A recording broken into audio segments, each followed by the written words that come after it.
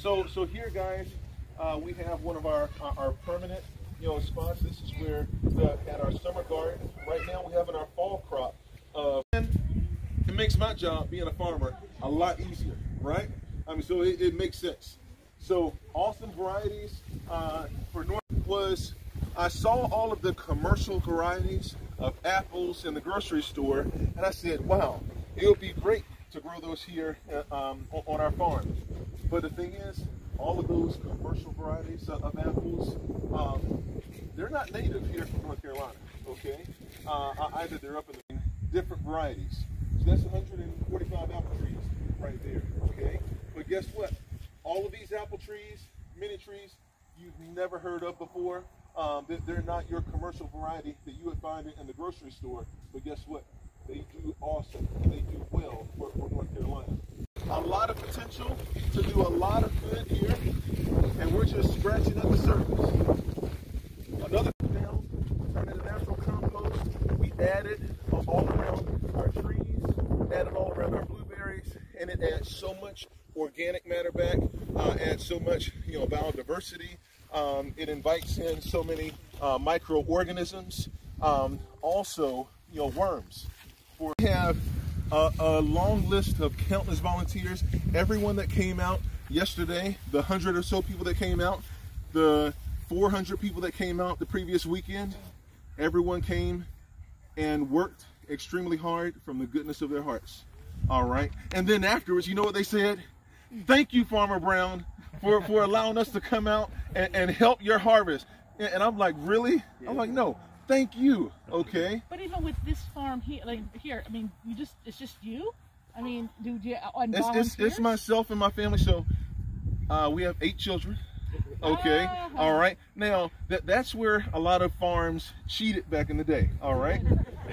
They had a lot of children. Okay. And there's no labor laws for your own children. Okay. In North Carolina. All right. Experiences. We send them out in the morning to do their chores, and we teach them, hey, this is how you do this is how you do that. Of course, you're going to run into some issues and problems here or there. If you run into something that you can't handle, think about it. All right, come back, talk to me. I'll come out and help you. A lot of times, I'll get a progress report. They'll come back to the house and I say, hey, you spent an extra 10-15 minutes doing your chores this morning. What happened? Oh, Dad, well, this happened and that. I was like, really?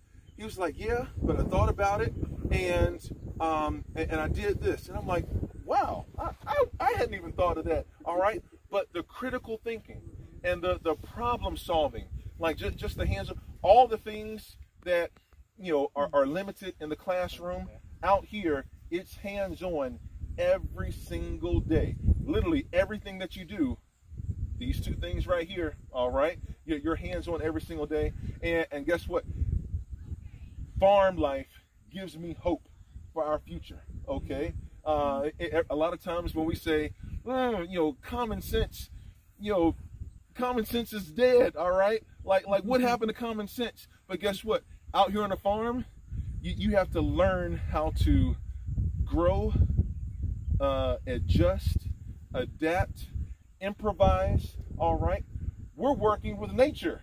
All right, yeah, we pray for awesome weather. We pray for good weather, but at times, guess what?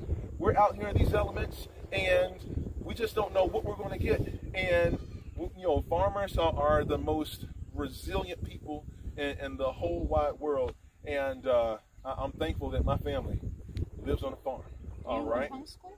Yeah, Henderson, North Carolina. That's my hometown, and I just always knew that I was going to come back home. I was always going to come back home and give back, to the place that grew me up. Yep.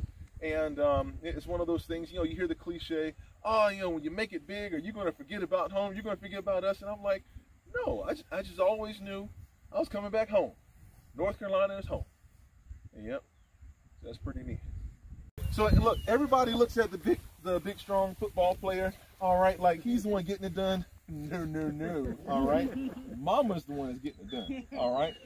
So farm mothers, farm wives, farm women do not receive enough credit in agriculture. All right, like guys, we have 4 different varieties of blueberries.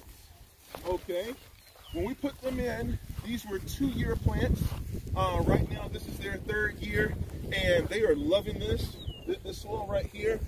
Blueberries, they need to be in soil that's a little bit more acidic. This is the, I want to say it right, not the high bush, but the rabbit eye variety. You also see, anytime you see new rhizomes, shooting up out of the ground, all right, so they will fill in here and they will start to get, fairly high. Some of these are already 3, going on 4 feet high, down there. And I'm trying to remember a few of my varieties. I want to jump over. I remember I have the Tip Blue Premier. I see a couple of my ribbons right here. Give me 1 second. They bring in artists, people from all over the country. They were much smaller, so this one, I say a little bit smaller than this right here. But right here, we're going to go down this hill back towards the barn, and we're going to continue to fill this in with many more fruits, okay? The root, but they'll be coming up out of the ground, right? Activity above the surface of the ground with blackberries, it's very deceiving, okay? It's kind of like bamboo, all right? Bamboo will form a network under the ground, all right, from here and send out many, many feet, okay? You're right here. You're like, oh, it's not that much, but guess what?